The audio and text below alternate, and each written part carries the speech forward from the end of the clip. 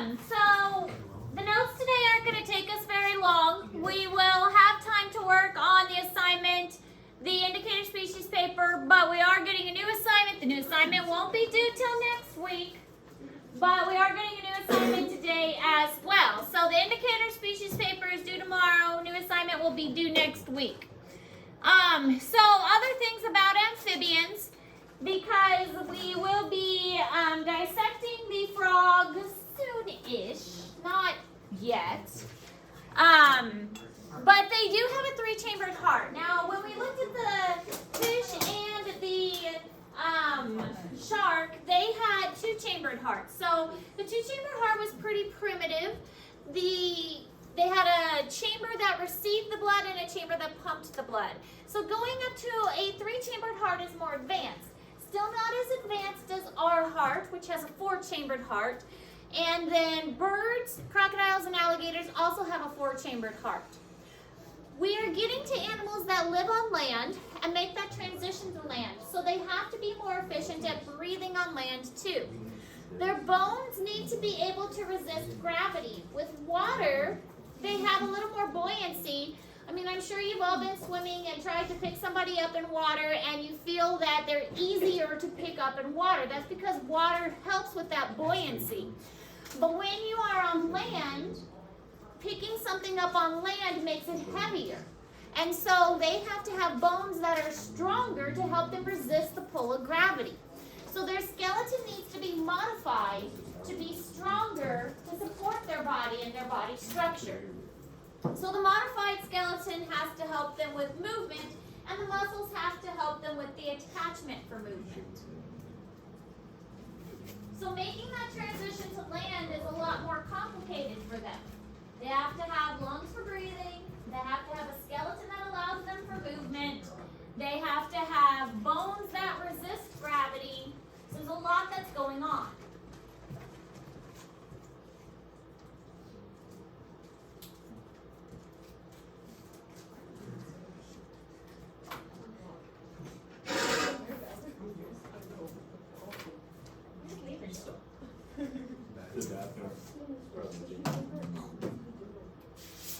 Surprisingly quiet in here without him.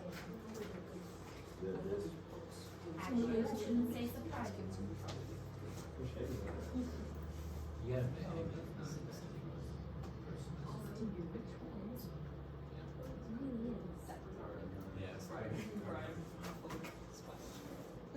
It's going much better.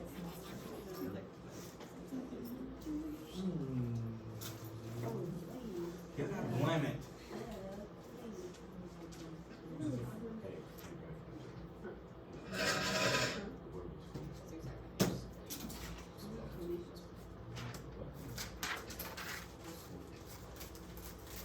So this is what the skeleton looks like. A salamander on the right and a frog on the left.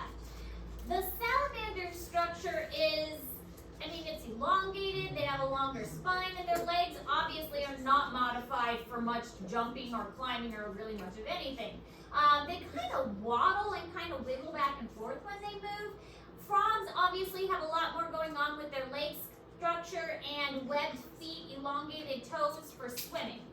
Their hips are also made wider in order to help with their muscle attachment for jumping. So different structures for different types of lifestyles. Now, most of the time when they are younger, they're going to be plant eaters, and as adults, they're going to eat insects. They do have the first true tongues that we see for any type of animal. There were some kinds of tongues that we saw in fish, but really we see more advanced tongues in the amphibians. The tongues are very stretchy in amphibians and often sticky. They use this to catch insects. Now, we've all seen the videos of the tongue being moved out of the mouth very quickly to catch the insects.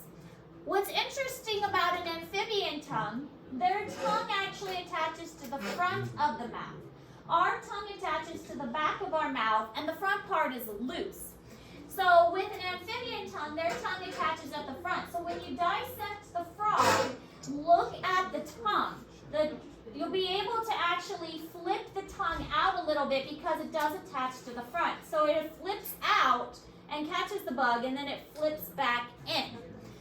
Another interesting thing is when we swallow, we have muscles in our throat that helps to push the food down. They actually use their eyeballs to help them swallow. When a frog swallows its food, it pushes its eyeballs down into its head and down its throat. So frogs actually swallow with their eyeballs. Kind of a neat fact. Makes us kind of boring with our swallowing.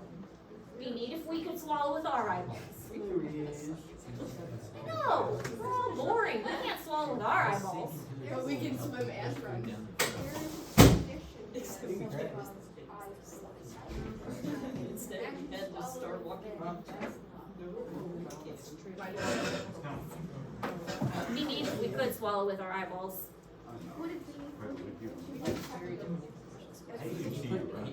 Probably not. I know. But it's kind of neat to think about. Swallowing with your eyeballs. No, no. You really can. Well, I mean, it would be unattractive It would be unattractive. Also kind of cool to lick your eyeballs like the gecko. Then, who knows what we. We should watch the Wildcats episode because of all the information that was here. I already know because of Wildcats. Wildcats is very informative. And Magic School Bus, also very informative.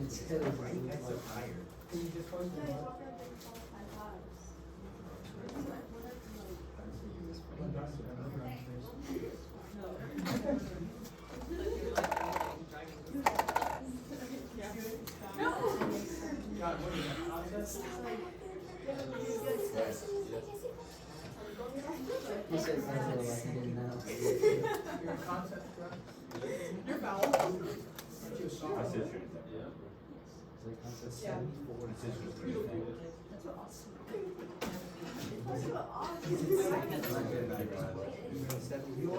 You do that. I agree. Yes. To this one?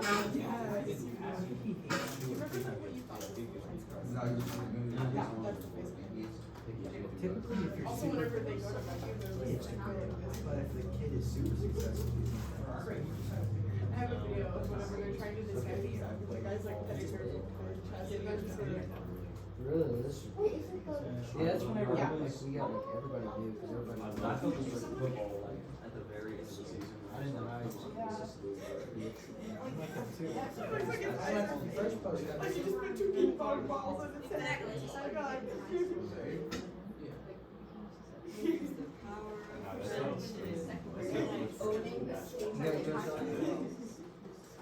I started wrestling. I wrestled all the way up to John, what you My got? sister. Your first time got, I think I was 11. What is it? Yeah, see, it's not the I was not this. My parents. I'm convinced that you're Hey. Hey, you guys know it's due tomorrow, right? You're the most. Also because we bring it. This frog spit, isn't that cool? Also shows how their tongue is attached to the front of their mouth and goes out and comes back.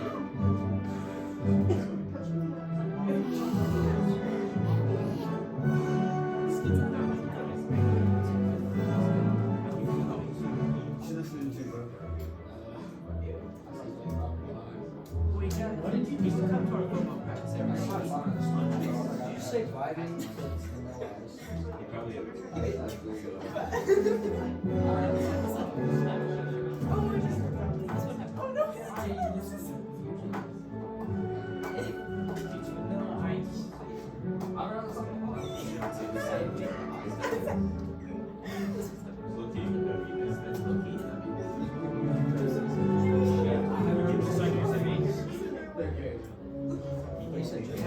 Hold on, it's done. That's not very nice. okay?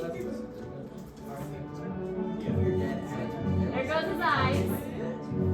What freaking Yeah, scary. They're horrible. And there's his eyes and his head to swallow. Oh my god.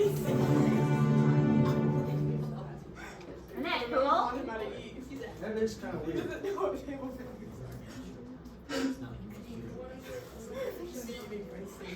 Alright, so they do have what's called cutaneous respiration, which is where they're breathing through their skin. Some salamanders use up to 90% of their breathing through their skin. Usually it's about 50-50. 50% breathing through their skin, 50% breathing through their lungs. But some salamanders, in fact they're called lungless salamanders, will actually do about 90% of their breathing through their skin. They will typically pump their throat in order to get the air to go into their lungs, and they'll close their nostrils to create that suction of air coming into their throat, into their lungs. We use our diaphragm, but only mammals are lucky enough to have a diaphragm. So different animals have to use different techniques. Remember, there was the operculum in the fish, and then the sharks had to continuously swim to get the water to go over their lungs, over their gills. But with frogs, they close their nostrils and they pump their throat to get the air to come into their lungs. But cutaneous respiration, integumentary respiration, breathing through their skin, that's one of the reasons why they have to keep it moist. If their skin dries out, they actually suffocate. We have a little Pac-Man frog at home, and I have to continuously mist his cage so that he stays nice and wet. We had an automatic Really?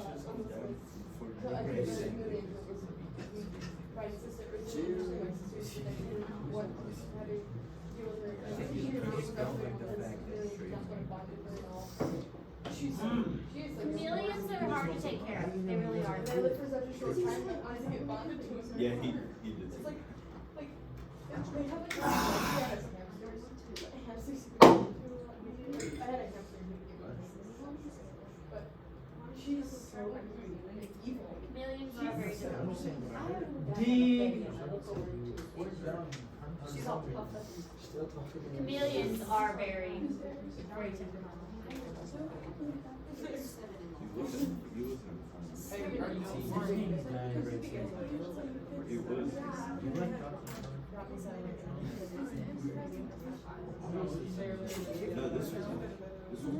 It might have changed modes when I play for video.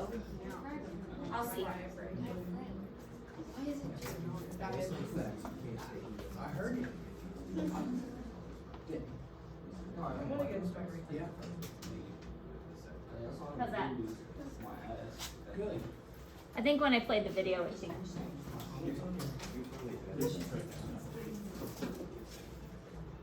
How do you not know? All right. Stay out, boy.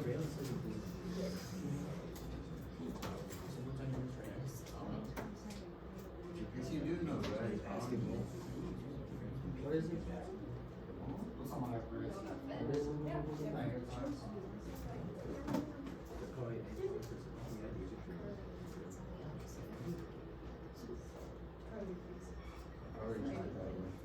It's right there, I can see it. It's staring completely.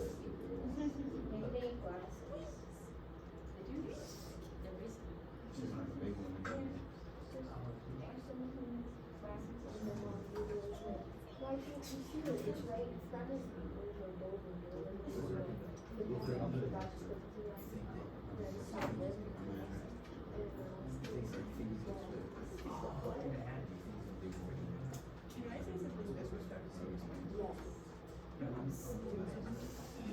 It's the opposite of what you just said. Nice shark. My piece They don't have any running.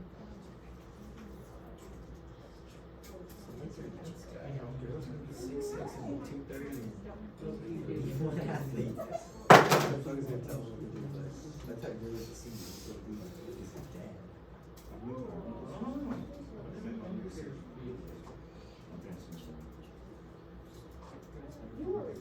Double spacing It's there? okay, you can do. Yes. Don't My make me dad made touch it. it. My dad made it. I have a routine, but it was pretty long. Some people make their header like this big that takes up like all their font and that irritates me. Alright, so there's this term called ectothermic. That is the correct term. Some people in in elementary call it cold-blooded. You could call it cold-blooded if you're in elementary school. But in high school, you call it ectothermic. Ectothermic means getting your temperature from the environment. Cold-blooded is incorrect because the blood is not cold. Ectothermic means getting your temperature from your environment. So if it is 70 degrees outside, your body will also be 70 degrees. So you can adjust that based on if you're in the sun or if you're in the shade or if you go underground. They have a lot of control over their body temperature. Now with amphibians, the vision is not their most important sense. They don't really rely on vision that much. Their vision is, sorry, I said that backwards. Vision is their most important sense. Even as I was saying that, I was like, that doesn't sound right. Vision is their most important sense. But they do use their sense of smell and they use their sense of hearing, particularly during mating season. The sense of hearing is important because the males will call for mates and they will go to a pond, call their particular call for their species, and attract the females to that pond. Especially the frogs and the toads. Usually salamanders don't have a call, except a warning call if they are being injured. Most of the rest of the time, salamanders and caecilians are quiet. Only frogs and toads particularly have a call. Now the tympanic membrane is a round circle behind the eye. It's basically an eardrum. Like you guys have eardrums inside your ear, the tympanic membrane is basically their eardrum. In fact, your eardrum is called your tympanic membrane. A nictitating membrane is like an extra eyelid that covers their eye that helps when swimming. So it is a clear eyelid covering the eye that protects the eye when they're swimming.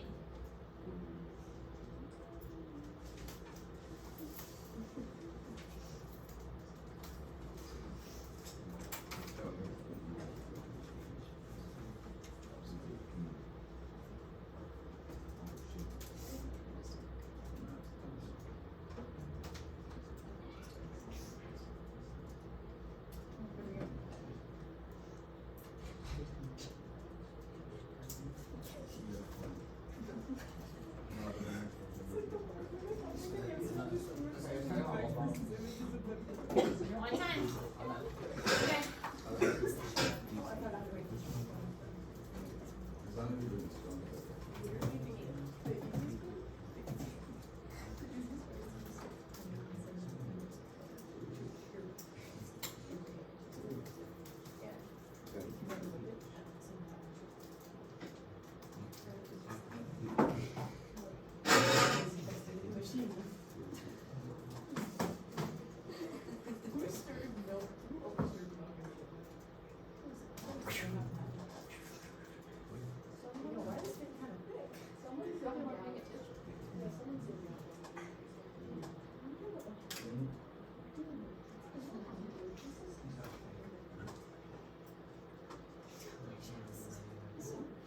Okay. This is everything now.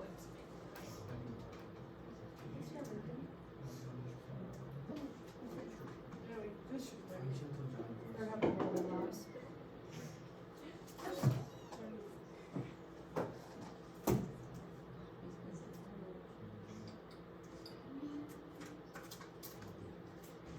If you look at the top picture, you'll be able to see the eye and then the tympanic membrane that is behind the eye.